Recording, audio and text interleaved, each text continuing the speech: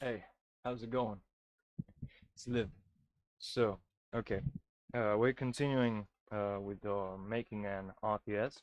All right. So first off, I wanna put in some background music. Okay. So let's listen to why not the Arena soundtrack. It's one of my favorites. Okay. So yeah, this one's good enough. This is the original, more chiptune like. Okay. So it's all right. Midday. Oops, what happened there? Oh, wait up. I made a mistake. Supposed to put it like this. Okay. So, because else it will load up the video and I don't want that. That's that.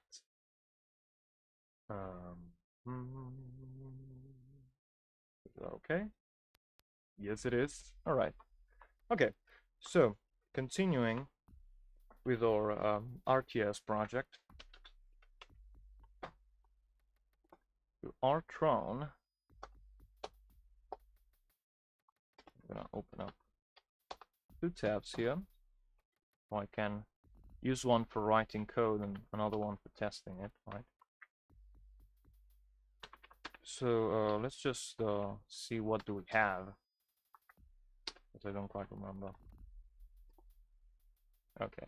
All right. So we were able to draw the grid, so to speak, and we were able to get the state of our cells. So basically, what we did last time, if I remember correctly, we created a grid. And we made some methods to detect if a certain grid is occupied. Now we have a problem here because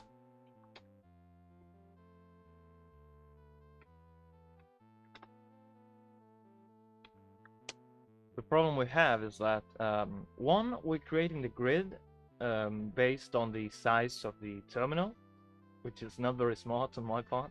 You know, I'll admit, not very smart on my part.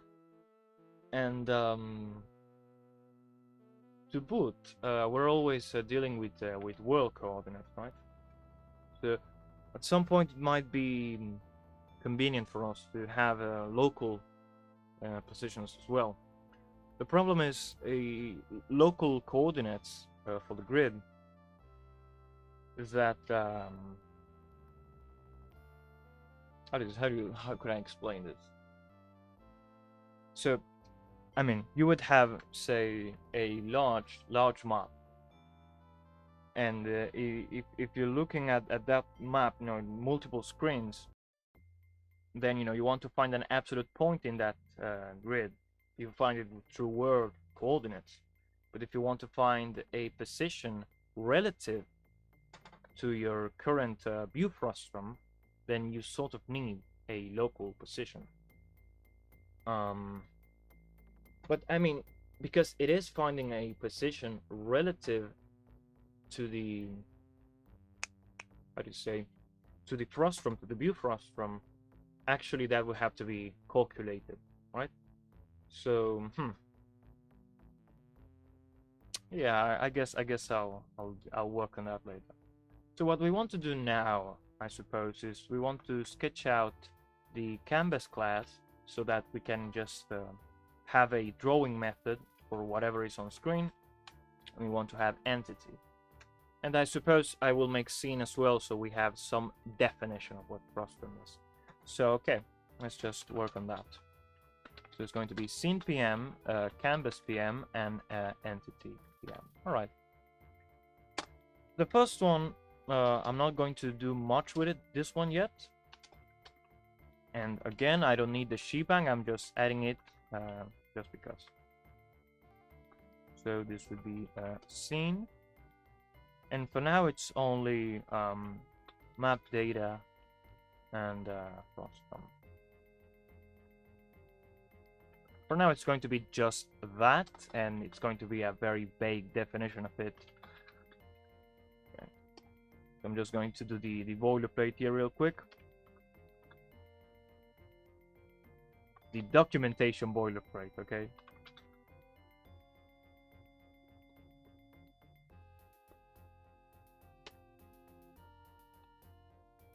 Whoop, comment all of that. And as always, I want to use the good fragments. So packet.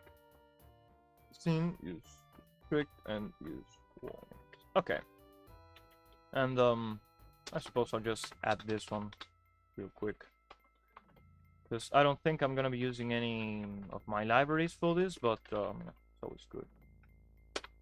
Let me just check that my microphone is plugged in, and yes, it is. Okay, so okay, good. Oops. I want to copy, not comment. Save that. I'm just gonna paste.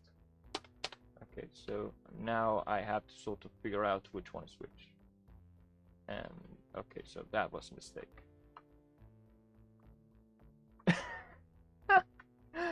Okay, I messed up. This is the first one. The second one, I would guess, is entity. Or was it?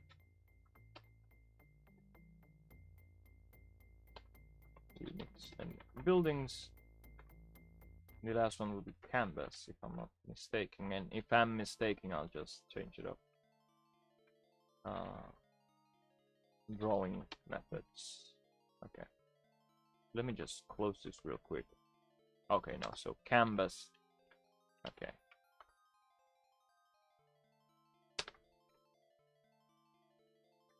This is a very, very silly thing.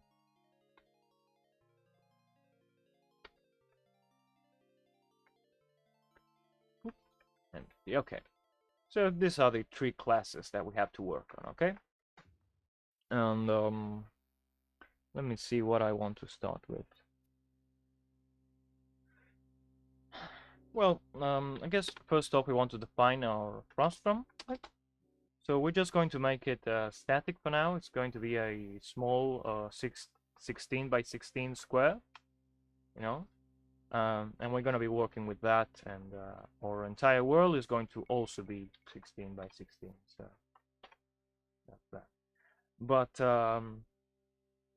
yeah, I know as time progresses, we'll be doing something more funky with this. Okay. So all right.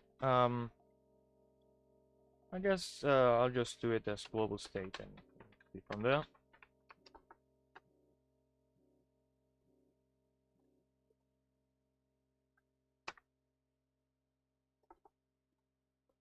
I'm sorry, this is annoying me.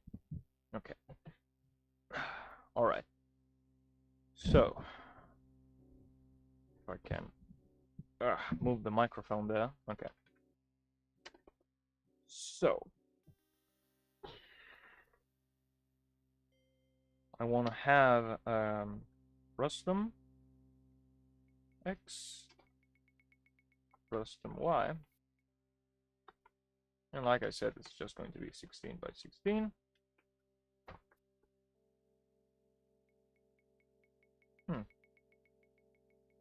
You know what? Just to be annoying, I'm gonna do it like that. Okay. So frustum and world.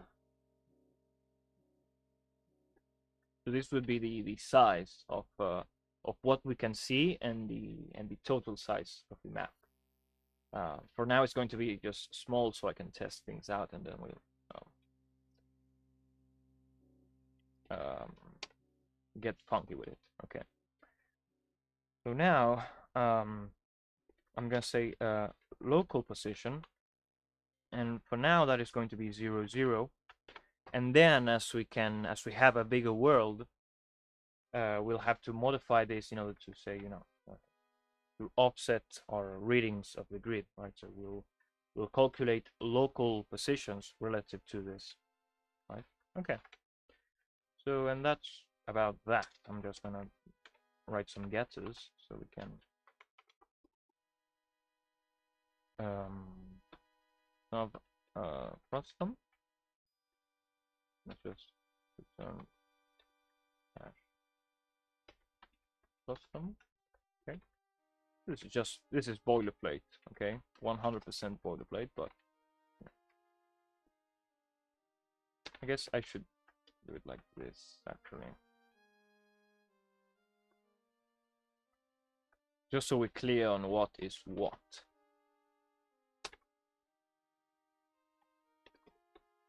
All right, and so local position.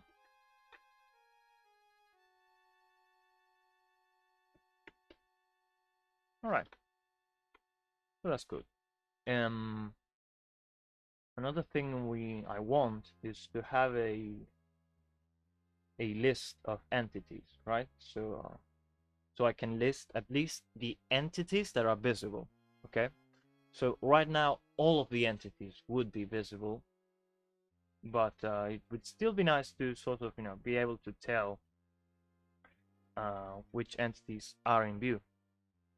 So the way we're going to do that is we have to draw a square, an abstract square according to the frustum size, offset it by the local position, and then find the, how do you say, the cells that we need to be looking into.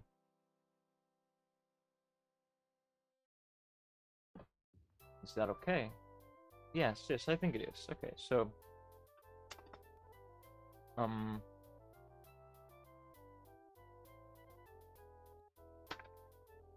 let's say get view,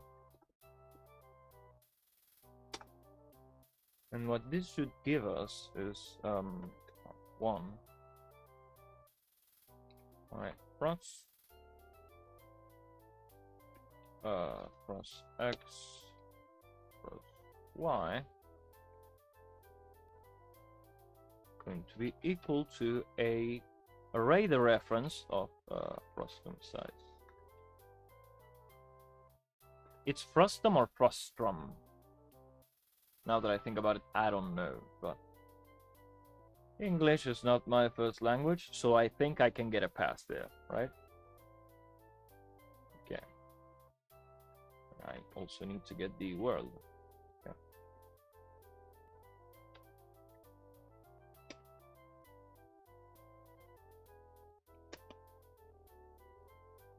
So these getter methods are just shortening, so I don't have to write it like this every single time.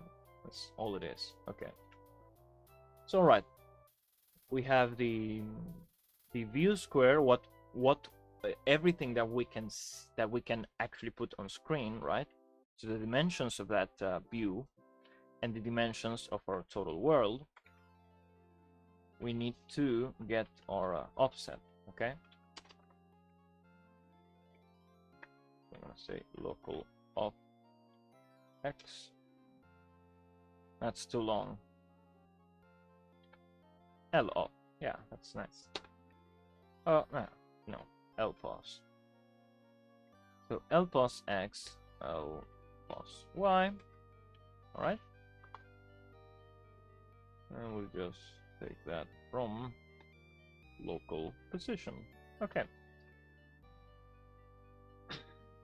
So what we have to do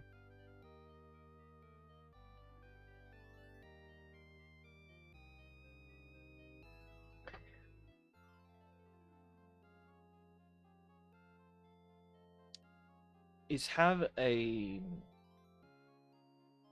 suppose, an array of all the coordinates that we need to read, right? Might be more efficient to make it just say read from x such and such to x such and such, y such and such to y such and such, and so we'll do it as a square. So we'll need x0 x1 y0 y1, right? So we'll draw a square with that. So we need to find this, right? So the get draw square or view square, yeah.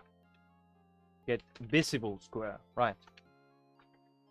And so this is redundant to do it right now because we already know this, right? We already know that, but because at some point we'll have a world that's bigger than what we can fit on screen, we actually need to have this method. So yeah, okay, I guess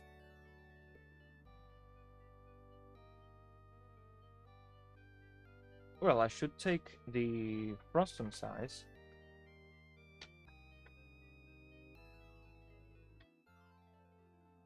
and say local position. Okay. So actually I don't need the world coordinates, I think. So it should be the opposition x plus the frustum x, and that should give me the maximum, right? And so I should go from outpost x, right? So the local offset to the maximum amount of cells that I can fit on screen, and that will give me a range of the view square, right? So okay, that's that, and for the y we would have to do the same thing. All right, so that's a wrap basically. Yeah, okay. No, it's a very silly thing to write it like this. I suppose there's probably a better way, but this works. So let's just return that. Okay. Okay. So I made a mistake here. Okay. So actually, I would have to return it like this. An array of arrays, right?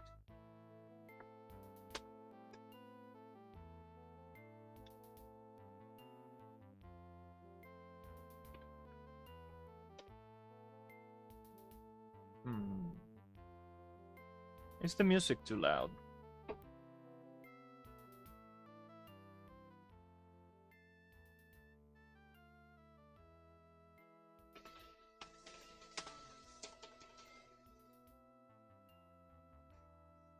Okay, because I don't want it to be stepping on my voice too much, you know?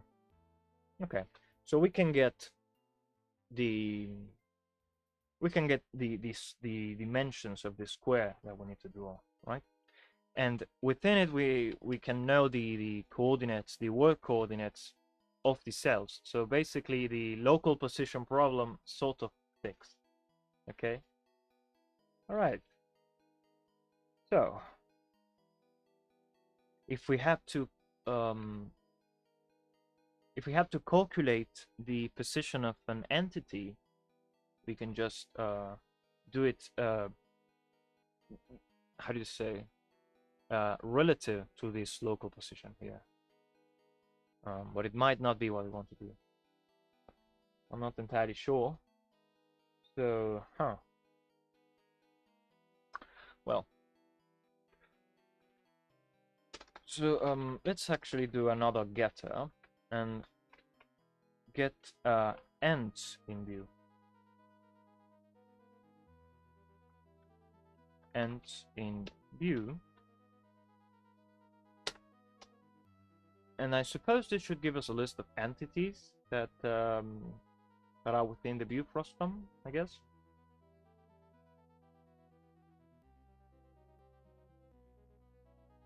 Do we?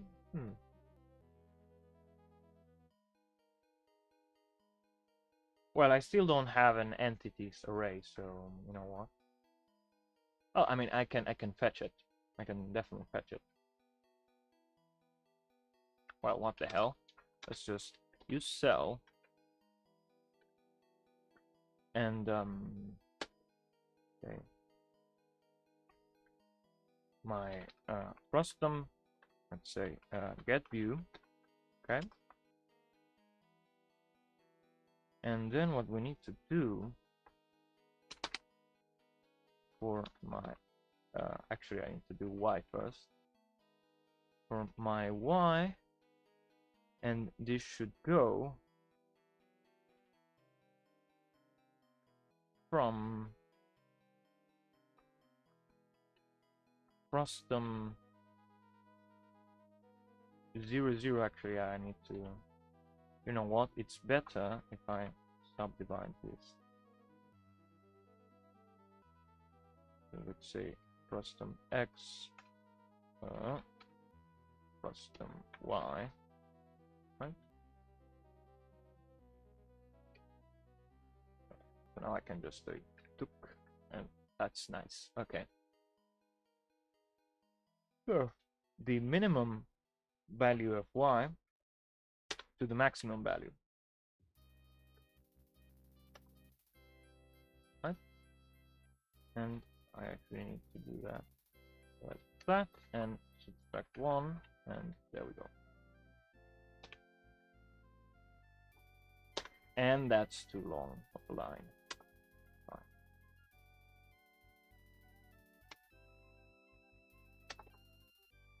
Now same thing for the X.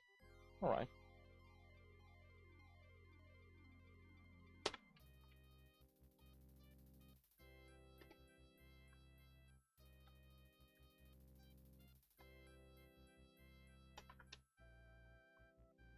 Okay. So there we have our square. Okay.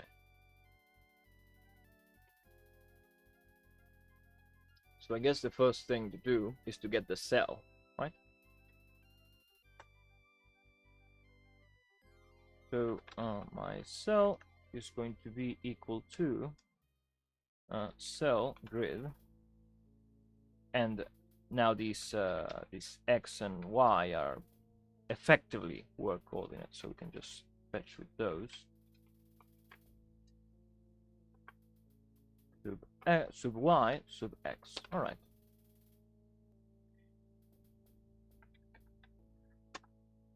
I'm gonna say my ends. It's an array reference, and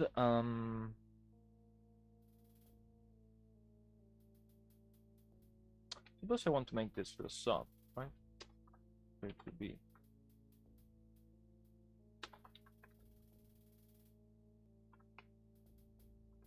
on that, and I'm gonna say it's going to be an anonymous subroutine, and it's going to be append. Append. That's an anonymous subroutine, and that's going to be just push ends, push the entity. Okay. And the way this is going to work, I'm going to do it with sort of like a branchless kind of thing. It's going to be this is not defined, then we want an empty sub, else we want to append.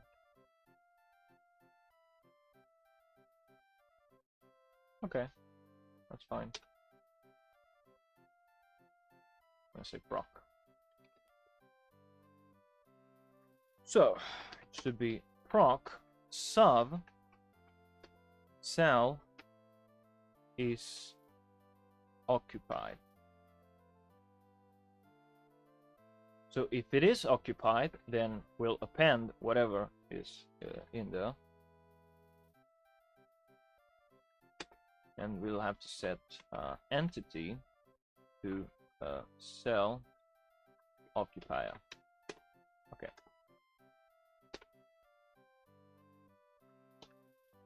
We actually need to run this. All right. I could do this as a one-liner actually, but what for, right?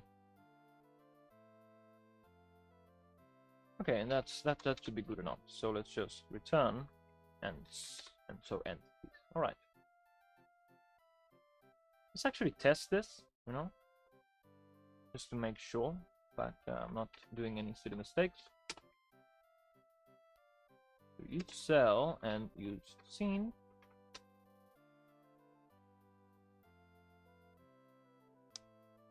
And what I want to do is forget about this. I want to make the grid, and I guess I have to adjust the draw, right? But doesn't matter. So let's just run scene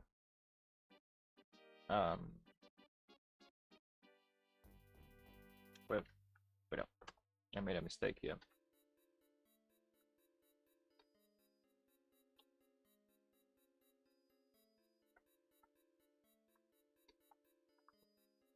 Okay, now we're good. All right. So, I'll just say scene ends in view. Yes, it. Okay, my ends and in view, and for my end ends, this should give us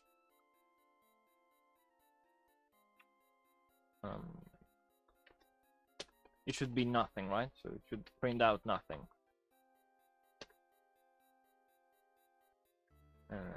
It's just for this. Okay, so we have errors. That's good. Let's invoke proc. Huh. So I didn't say my, right? I did.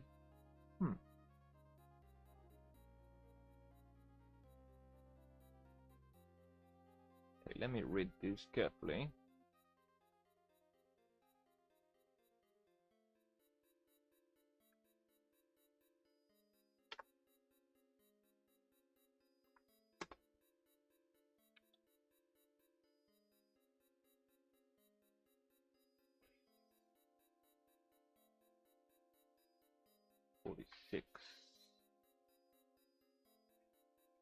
Oh,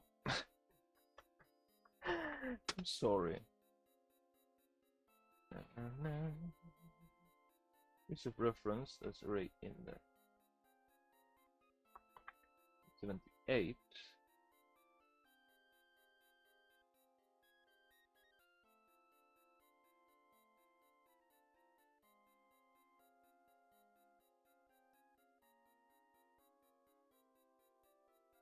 What you talking about, Willis? I guess I need to do it like this.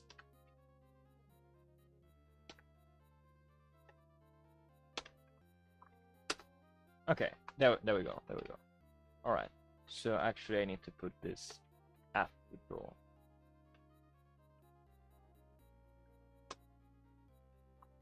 And actually, I don't want to do a draw at all.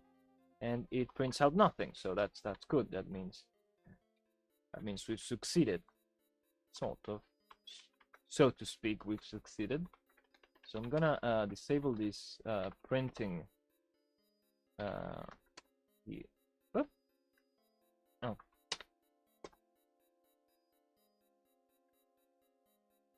I'm pretty sure there is a print going on. Yeah. Oh, right. Okay. There we go. Yes, it's having all of those hashes there is kind of annoying me now. So let's just take that out. And actually, when we make the grid, we have to make the grid according not to the TTY size anymore, but the size of the how do you say? The size of the frustum, right? So yeah. And actually, it would be, you know, at some point we would need to replace frustum size by the size of the TTY, right? At least for ASCII draw, we will need to do that. Right now it doesn't quite matter, but this thing right here, it does matter. So what we have to do now is take this out, and I'm actually going to have to do an initializer, because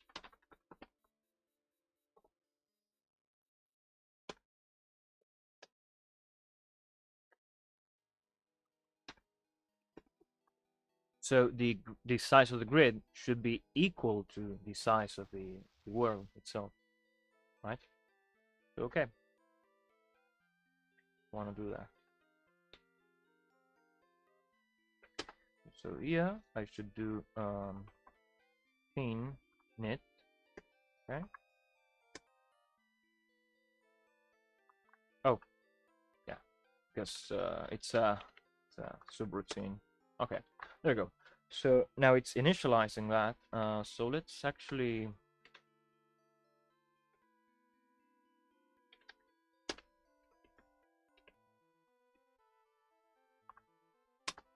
Okay, so there we go. It is 16 by 16, right? 1, 2, 3, 4, 5, 6, 7, 8, 9. Use the turn fragments. 10, 11, 12, 13. Okay, yeah, 16. So 1, 2, 3, 4, 5, 6, 7, 8, 9, 10, 11, 12, 13, 14, 15, 16. Okay, so all right, so that's good. Okay. So now I want to define some entities and put them in little places, and now the give ends in view should give me the list of those entities. All right, so that's what we should do now. So entity.pm,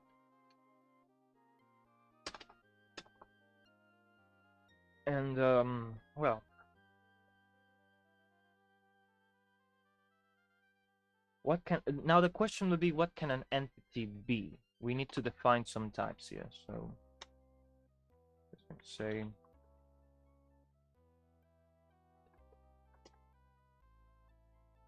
okay, so the first one is would be unit, right? So like a living, moving thing. Okay, so and it, I guess, because you know, have you ever played Age of Empires 2 or Age of Empires 1 for that matter? You know, an animal is an entity, right? It's a unit, and it has food, and you can kill it and then eat the food. But I think that when you kill the animal, it swaps out. So it deletes the unit and swaps it out for the lying carcass from which you can harvest the food. I think that is the way it works. I cannot tell because I cannot read the source code. I don't think so, but that's likely the way it works. So we just apply unit to anything that can move, right? So it will be if we have birds or animals or humans, it will be unit. Okay, so that should be one. So f, let's say resource, right? So something like a tree that's already, you know, using the same example, you know, the tree is the same story. You chop it down and it replaces the tree for this stump, I guess, from which the villagers can hack and harvest food from, collect, more be more the right word to use. And so resource would be, you know, that fallen tree or that animal carcass or bush of berries from which you can harvest resources from, or a mine of gold or whatever. So that would be res. And then we would have, I guess, build, yeah, building. Or I think static is a better way. And we'll have building, just to be more specific, right? So it can be static and it cannot be a building, right? Or it can be static and a building, but it cannot be a building and a unit, something like that. This is just prototyping anyway. So okay, so let's make a init. And am I recording? Yes, I am. You know, I don't think it's irrational that I have this fear that I'm talking to myself. You know, so okay.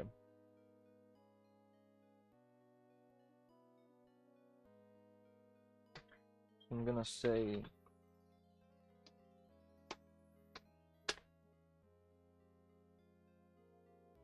the type should be one of these. Okay. Or I should say flags. Well,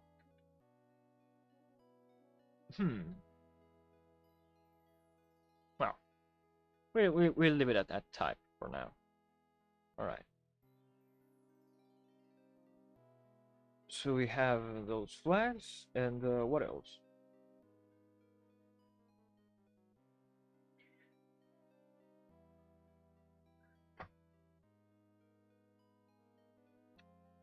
I suppose, because this is an RTS that I want to make, we should have like blueprint, right? So you fill out, for instance, like a villager, right?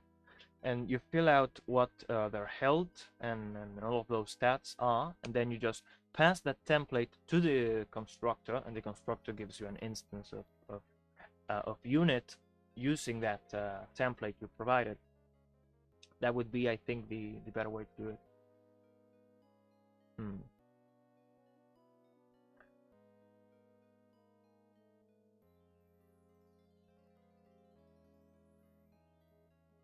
Well, but I mean, the template can be just a hash, right? So,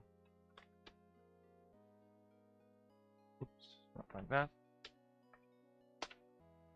Or, or yeah. Okay. So like a reference, okay. And here you put, health, for instance, right? And you fill out the value. And I guess if there is no value, then it defaults to something else. I'm gonna need to do a little bit of checking on that. But we're gonna need defaults, that's for sure.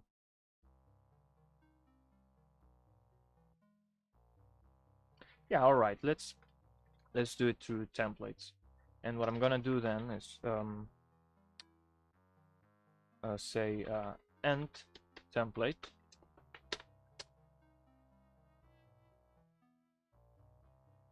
because then you can call it like entity template, right? So that's kind of nice. And I'm just gonna be shifting things.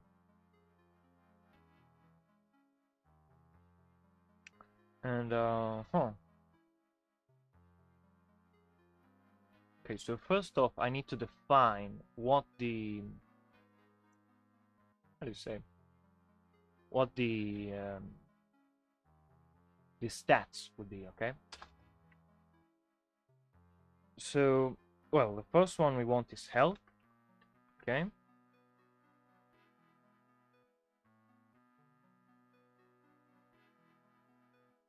Wait. I can do it like because I want a list. I want a list of stats, and together with it, I want for every stat I want a default value, right? So perhaps something like resource gold or something like that. For like you're creating a mine, it needs to have that. So if you're creating a gold mine, it needs to have an amount of gold within it, and so you'll give it a value. And if you do not pass a value for gold, then it is assumed this is not a gold mine, and thus gold defaults to 0, and so no gold, right? So that would make sense. But something like health, is it acceptable not to have that? Not to have it? I'm not entirely sure. Maybe for some units it would be. It would kind of make some sense. Well,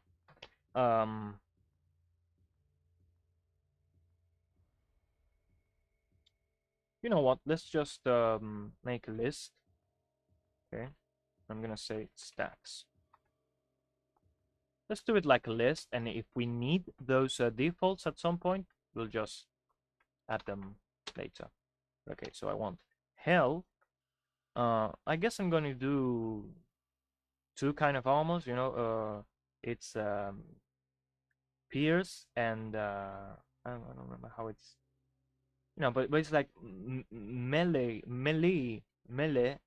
damage armor and then pierce armor, right? So I'm gonna say M armor and pierce armor. So that's pierce and melee. Or melee. I don't know how to say it. What else? Let's say stone, gold, food, food please, and wood. Right? It's just the Age of Empires kind of resources. I think those are good enough. Um, some people like the Warcraft style of just gold and wood. I'm not opposed to that, mm, but no, I like it. I like it like this: stone, gold, wood, and wood. That's nice. So what else? Damage, right? So let's call it attack. And I guess I'm gonna say melee attack and pierce attack, right? So because it would be nice to have to give units the possibility to have both kind of attacks, right? Um, oh, and speaking of attack, we need range, right? I suppose I should give it two kinds of ranges, right? So you have melee range and pierce range. So perhaps we can have, something like a spear, right? So a spearman, I would give them pierce attack, right? And so their pierce range would be something like 2 tiles, maybe 3, something like that. So it's, it represents of a spear or pike. So the M is not a good because melee would imply that it's body to body, right? So fist to fist. Uh, so actually this doesn't make a lot of sense now. Let me let me think here. I'm gonna call it hack. Why not? So I know that there would also be blunt, right?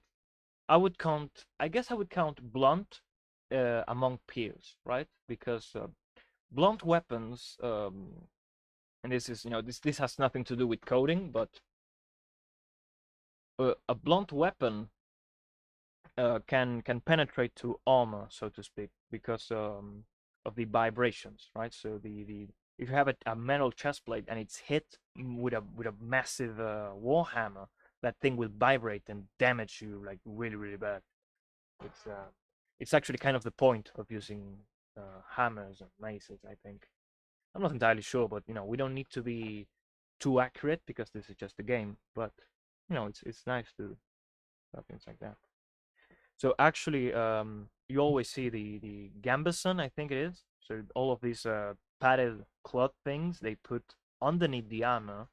That is to minimize those blunt force impact kind of thing, because all of that padded cloth will absorb the vibrations, and thus, if you get hit with a mace in the chest, it won't destroy your internal organs quite as badly.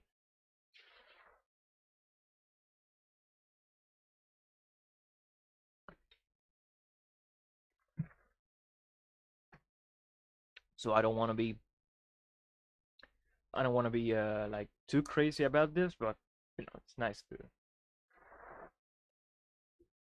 do a little bit of it. So yeah, I guess hack and pierce. That's good. And how do units alternate between their different attacks? I guess it will do that automatic, right? So for instance, they will choose the attack with the greater range if the unit they're trying to attack is too far away for their close quarters attack. Something like that, I guess.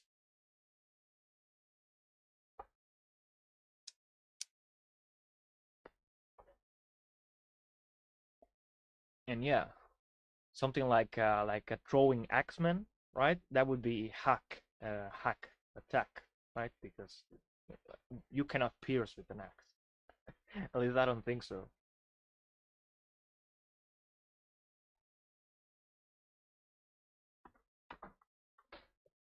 Okay, so let me find something to listen to. What about AOE2 original soundtrack, eh? Is that nice?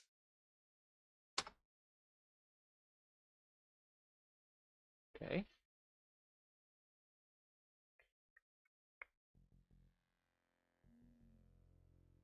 Oh yeah. This is the sound of my childhood, you know? Okay. So what I'm gonna do is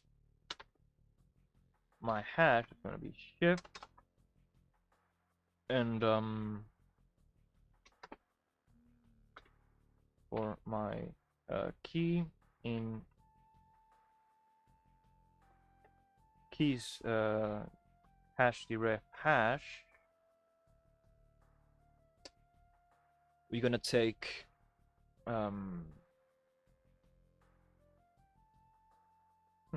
actually no.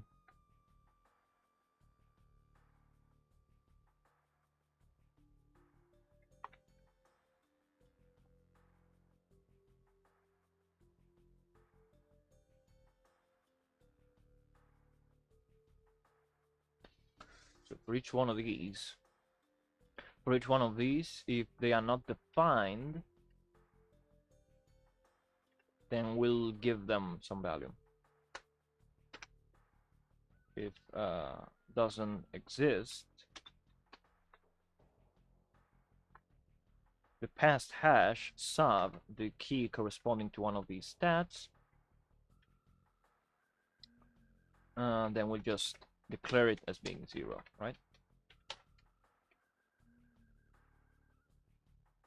Because ideally, all of these should apply.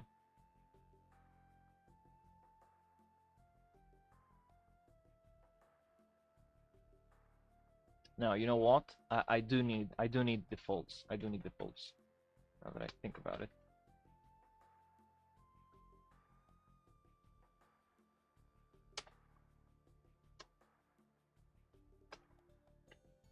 Because for these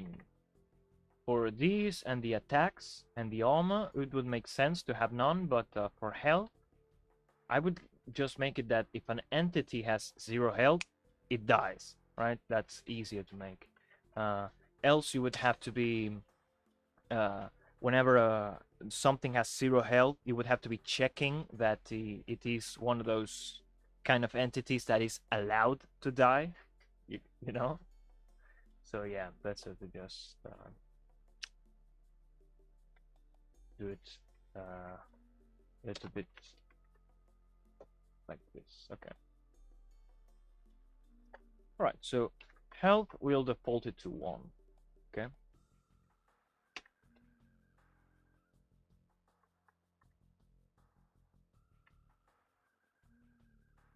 Because actually most things I'll default to 0.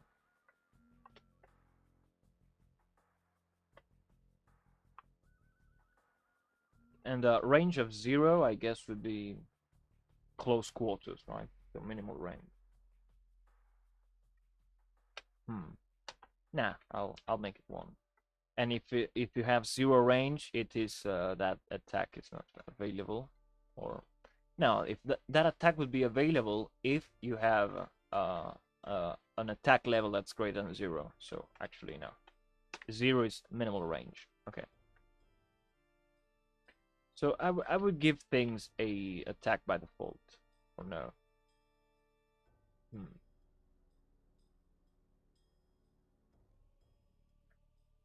These philosophical questions. You know, can a piece of rock die? You know, that's the kind of philosophical question you need to ask yourself. Okay, so I'm gonna say -1 as a default for health. But does that make sense now? It doesn't. It does not. Huh. 。 . 。 . 。 . 。 . 。 . 。 . 。 . 。 . 。 . 。 . 。 . 。 . 。 。 . 。 . 。 。 . 。 。 。 。 。 。 。 。 。 。 。 。 。 。 。 。 。 。 。 。 。 . 。 。 .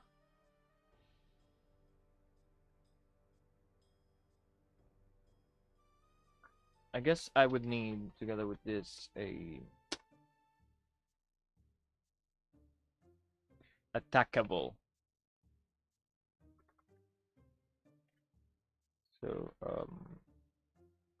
takes damage 0, right? So if you create a piece of rock, it has 1 health, so it is not dead, and it does not take damage. Okay? All right. So if the key does not exist,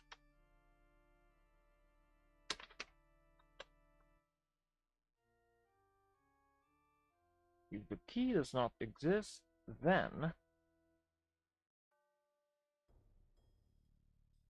we want to say that h sub key is equal to stats value at key. All right. So that's that. And it will just return your template. Okay.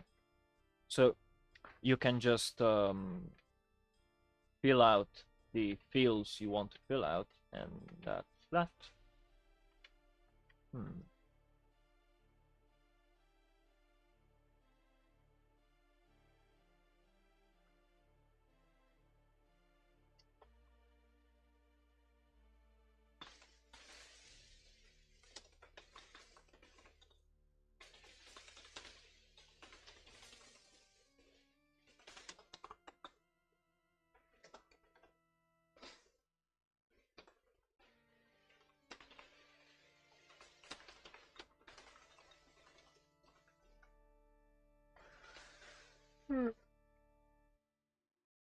So basically the way you call this is you'd say entity template, and you'll just write it like a hash, right? So I'll such and such, right? Such and such, and so on and so forth. So it might not work exactly like this, I don't remember, but we'll test it out and see if it actually works like this. Okay.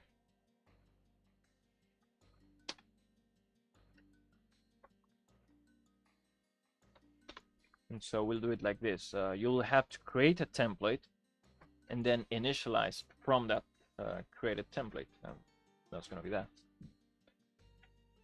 So then we can just say my entity is bless this hash with the entity module. Okay.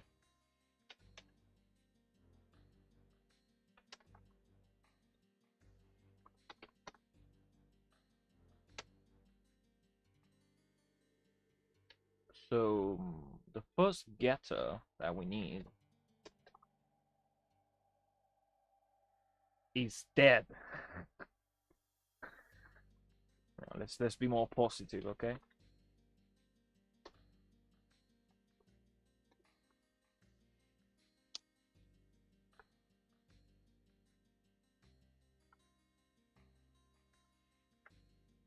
So if health is greater than 0, you're alive. Okay. Let's try that. And let's open up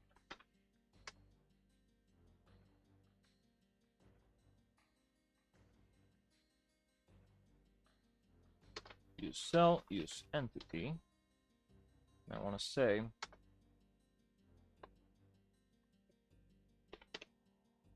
entity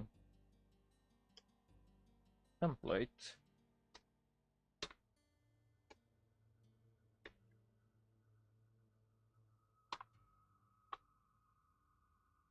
and let's see what happens.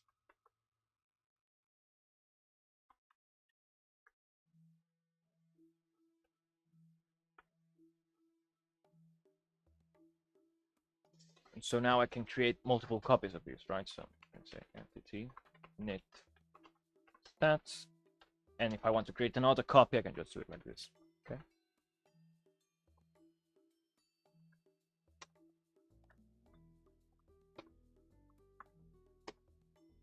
Okay, so we have, all right, so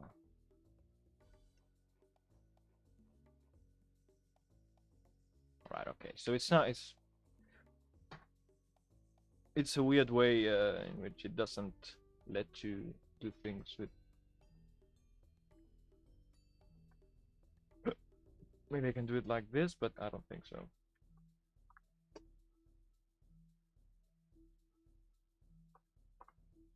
Oh, wait. I think I need to do it like this.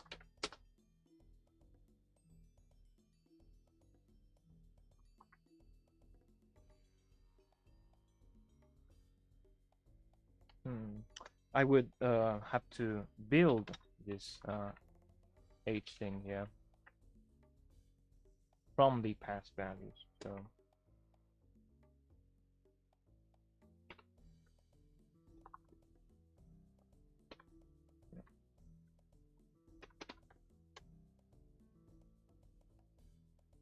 because when you do, when you do key value, this is just a shorthand for key value, right? It's basically what's happening. So I can probably get away with doing it like this. So let's say shift from here. So it's actually shift H at shift is equal to shift.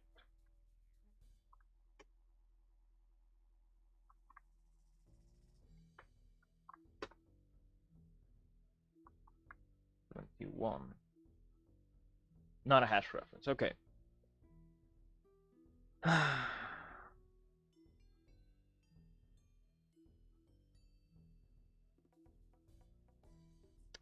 just going to make it a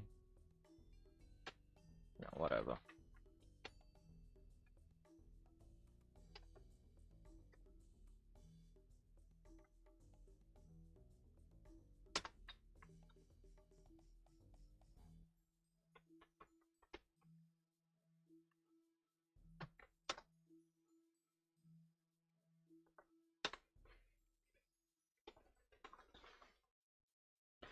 To know how to make the constant. Sad face. Okay. All right. So we can just say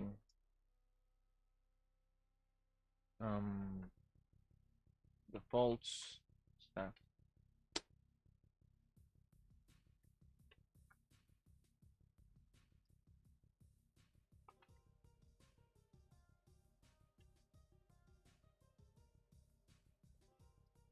to default. That's okay.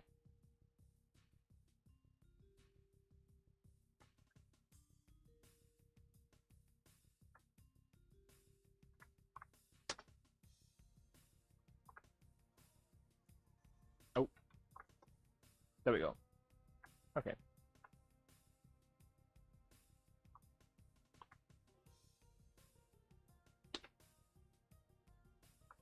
So give me a second here. I need to.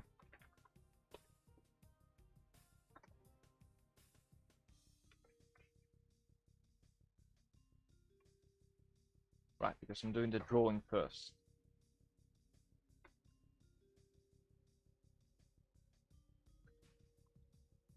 Let's turn it and actually. Now, you know what? What I should do.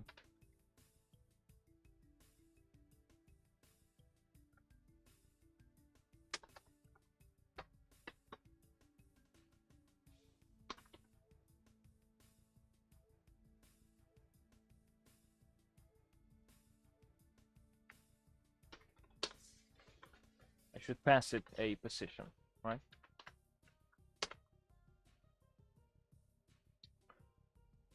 And so, say H, and this should be in world coordinates, okay. X equals plus 0. 1, okay. And so what we should do is find the cell on which this unit is and occupy that cell with this entity. Okay.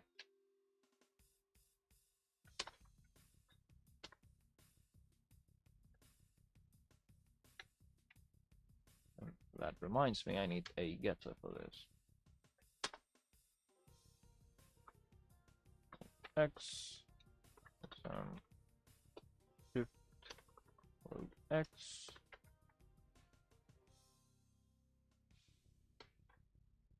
load Y. Okay.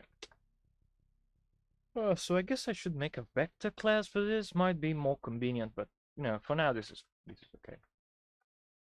All right. So give me a minute. I want to say I do have a. Okay, so this is actually a setter.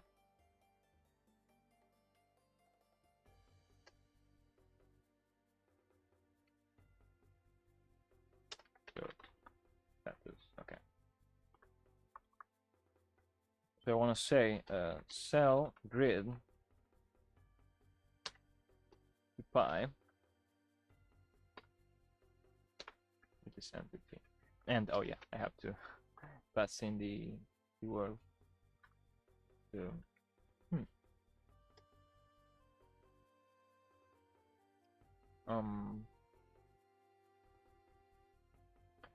I don't know what I'm gonna call the build this.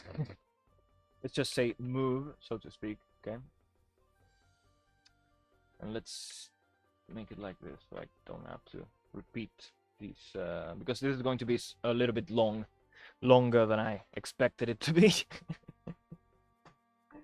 So yeah, let's say you want to move a certain entity into a given spot on the grid. You're gonna say my X, actually.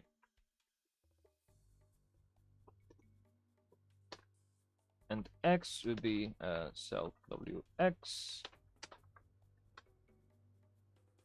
My Y and cell WY.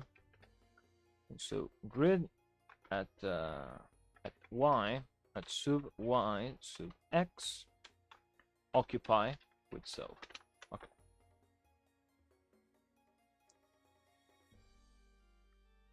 And why not? I guess we'll take an offset.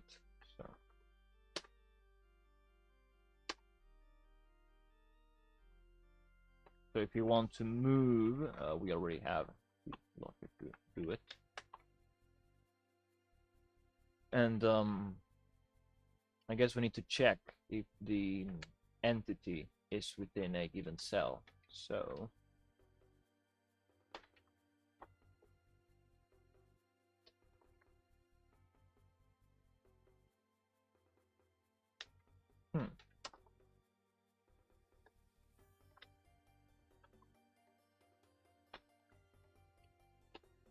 So we need to free the cell we were previously occupying, then occupy the next one, if the cell we're trying to move into is not occupied. So actually, copy this.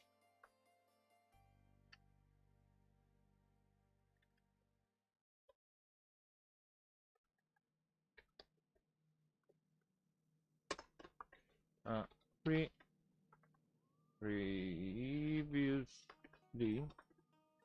occupied cell.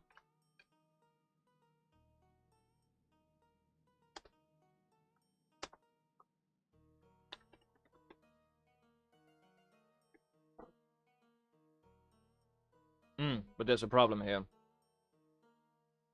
There is a problem here. Okay. So I'm going to try and explain it. I only want to move if the cell that I'm trying to move into is free. That means I need to do that check before I actually do the freeing, right? So this is kind of crazy.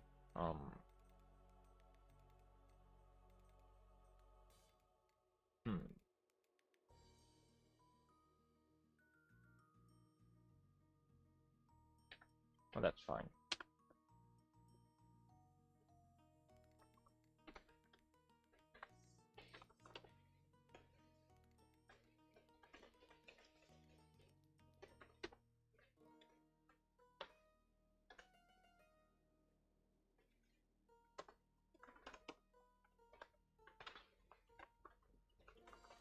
My destination would be this particular cell.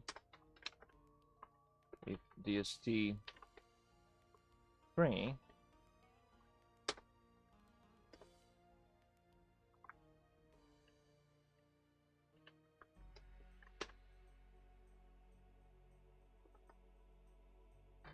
give me a second.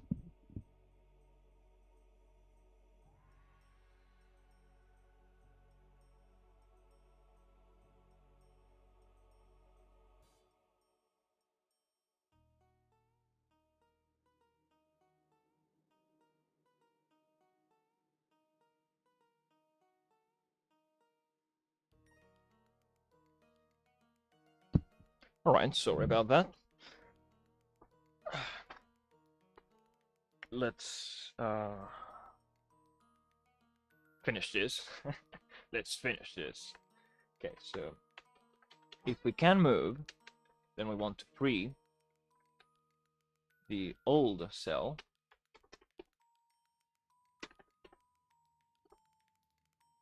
and get the new cell. Oh, oh no, yeah, that's okay.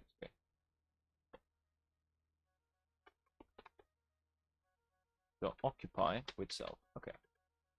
All right. Else, I guess we need to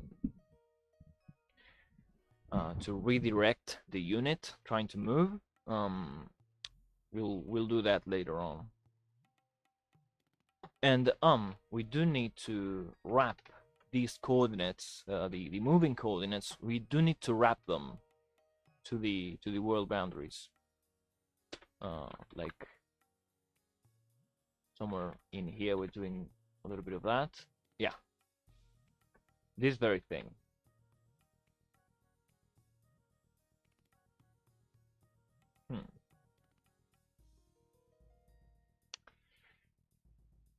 Well, it's I'll keep it in the back of my mind. I keep it in the back of my mind. Ah, shit. Okay.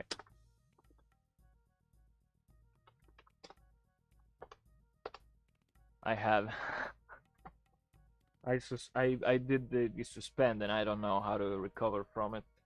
So I just terminated the terminal. Okay. So Butterfingers. All right. So let's just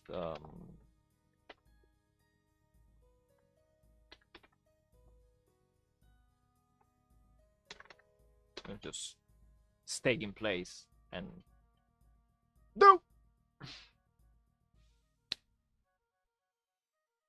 Right, I cannot do this because I cannot move into the cell I'm currently occupying because the cell I'm currently occupying is occupied. So I cannot move into it. Right. Okay, let's just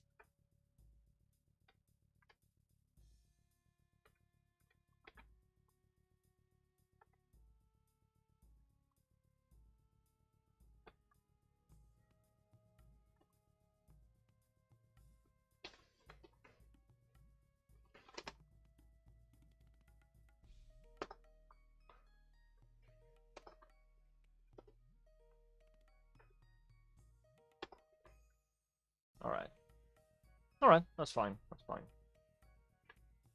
Let's try it. Whew. 106. Oh, yeah. UX, UI.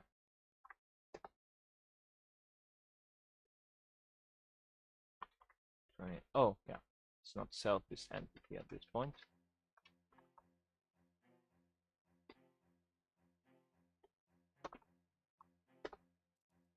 Okay, So we got our entity. Good.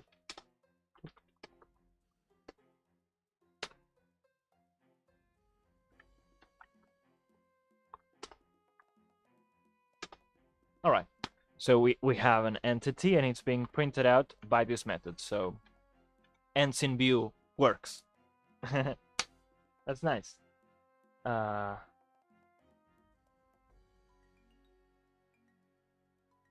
I guess what we can try is to offset this scene.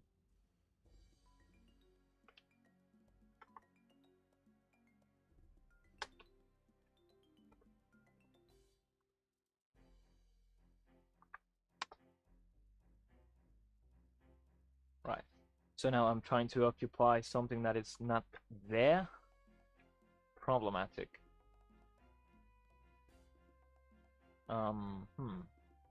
Because what I want to do is shift the frustum so that the unit is created, but it's not in view, and so it is not reported by get entities in view. This is in 81. Right. Trying to get something that does not exist.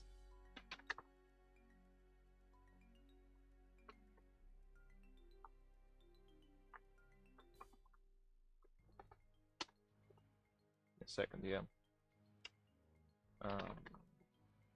Want to get the X and Y. That's it. Okay, 17.0.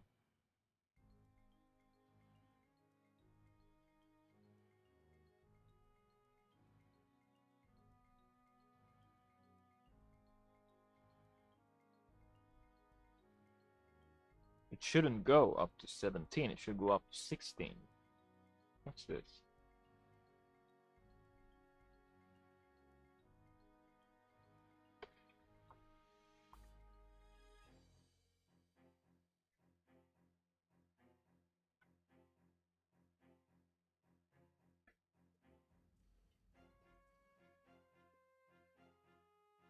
Huh.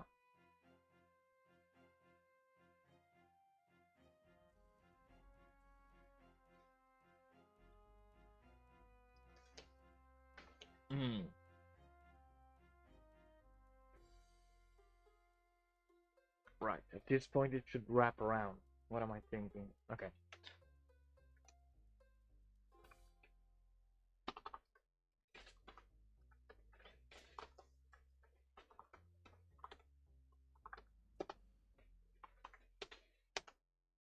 And it's still trying to do it. What the? Oh, because it's a modifying the size of the frustum. What a... Yeah. All right. That's good. That's good. So the frustum, right? So I was enlarging the world, enlarging the frustum, and so I was trying to read more than it could that there was to read. Right. That doesn't make sense. I would have to make it so the frustum wraps around when it goes over the edge of the world, right? So here's the world and here's the frustum, right? And so it would have to wrap around and read that that first cell, that first column of cells. I'm not gonna do that right now, but yes, I am gonna do it at some point. Okay. Right, and when I do that, it doesn't print the entity, and when I give the local position back, it does print it. Okay, so you know, we don't have a graphic for the entity, but we know that when it's outside of the view frustum, it's not counted within the entities in view. Okay, so we can know which entities we can see. All right, that's good enough. So yeah, I think that's about enough for today. In the next episode, I guess we'll be looking into writing some of the canvas functions and such. And yeah, that's it from me. Bye.